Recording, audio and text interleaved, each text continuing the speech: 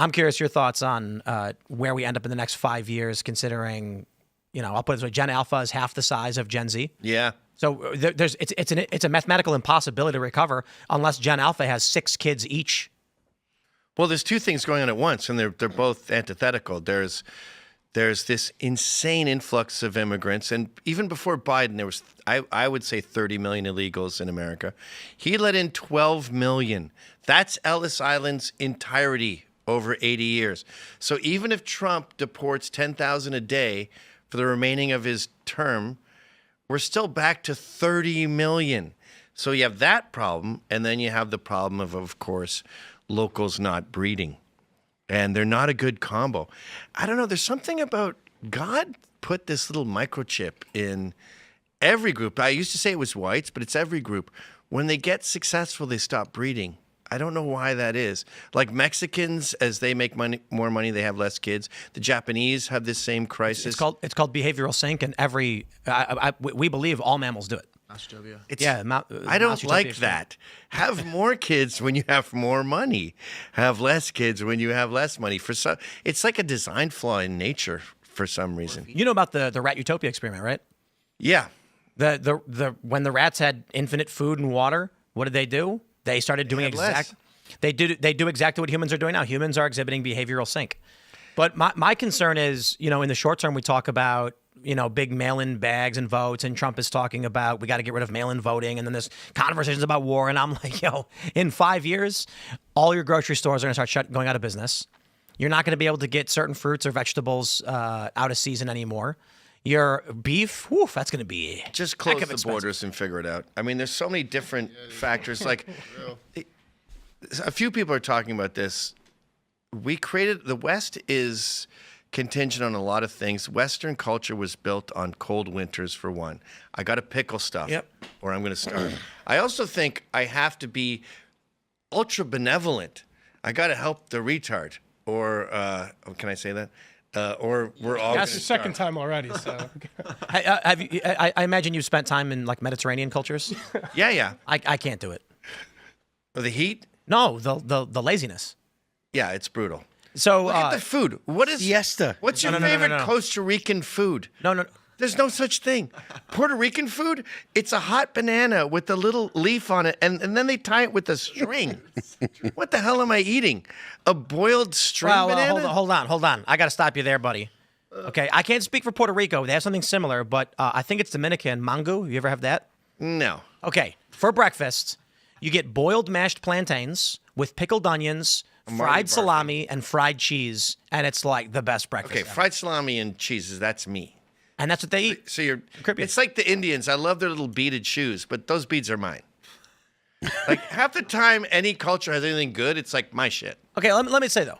Spain, right? I went to southern Spain, and they have the best ham I've ever had. Fantastic. Okay. Well, Spain is the West. Sure, except they're also siesta. They're a siesta culture. Yeah, that's weird. It's terrible. So it's a 2-hour nap in the middle of the day. And I have to work. So I'm on a schedule and I have obligations. And so I'm in southern Spain and it's like 1 o'clock and I'm like, I better go grab lunch right now while I still have time. Everything's closed. And I'm like, when does it open? Like 4. I was like, well, what am I supposed to do? I got to eat. You know what? You can afford to live like that when you live in a culture that has outlawed cousin marriage. Now, have you been to Athens? We are importing...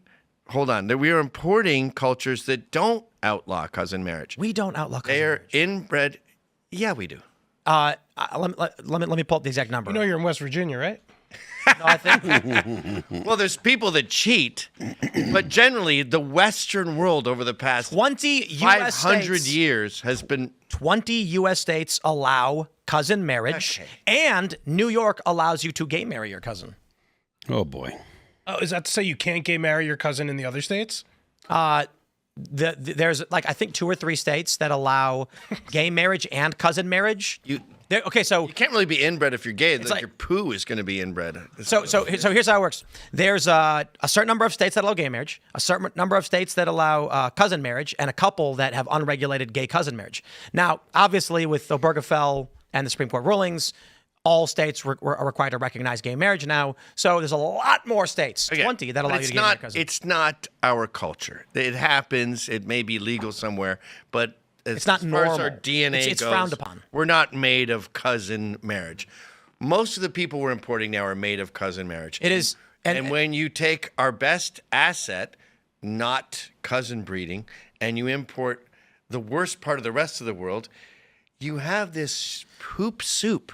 Well, so let me give the hard details for people who aren't familiar. In the Middle East, it is extremely common to marry your cousin. It's in the Quran. It's a culturally normal thing, and we know scientifically that it results in an increased aggression and a decrease in IQ. Chink. This is why my Joe Rogan episode is banned, by the way. Because you brought I up. said this, and it's very bad to do once. It's not great to do twice. You breed your cousins 50 generations. Is it, wait, they banned your episode over this? Hey, look, here's a Wikipedia article, cousin marriage in the Middle East. Both my Joe Rogan episodes are banned because I brought up this unbelievably terrible subject. Really? You mentioned Pakistan in particular. I think they have. Pakistan in Britain is So let me 9 different things on top of each other. let me read this. Rates of cousin marriage in the Middle East have been found to vary from 29% in Egypt to 58% in Saudi Arabia. Don't pull that up, Jamie. We're going to get banned. But hold on, I want to stress this is Wikipedia, right? If YouTube's got a problem with a Wikipedia article saying this is a thing that we say Jamie happens, pulled up. really, and they banned it. Yeah. That's wild. I actually thought this was a fairly common and mainstream You know understanding. what's great about being banned is no one knows you're banned. So people are like, you were on Joe Rogan and I haven't seen your tweets recently. And I'm like, my Joe Rogans are banned. My Twitter's banned. I'm banned. Dude, how are you still banned? Everybody's unbanned. You're the only guy left. Laura Loomer, Alex Jones. And I want to stress this. Everybody's back. But In a few I minutes, guess I'm just much more influential than you guys. we're going to talk about what I'm calling Floydgate.